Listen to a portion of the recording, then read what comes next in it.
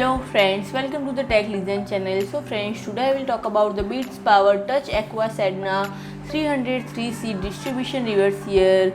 So friend, Bitspower is on a streak of developing distribution reverse for popular high-end PC cases under the Sedna brand.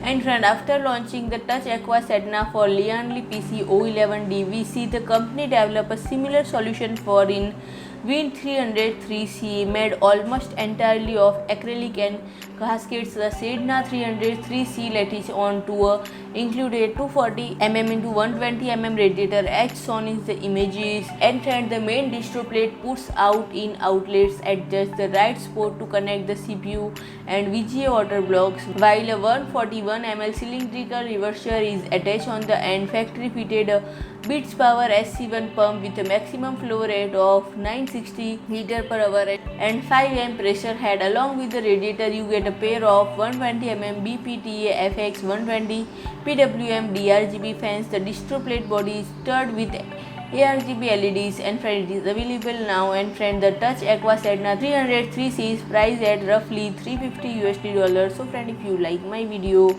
please do like, share and comment, and don't forget to subscribe my channel and press the bell icon.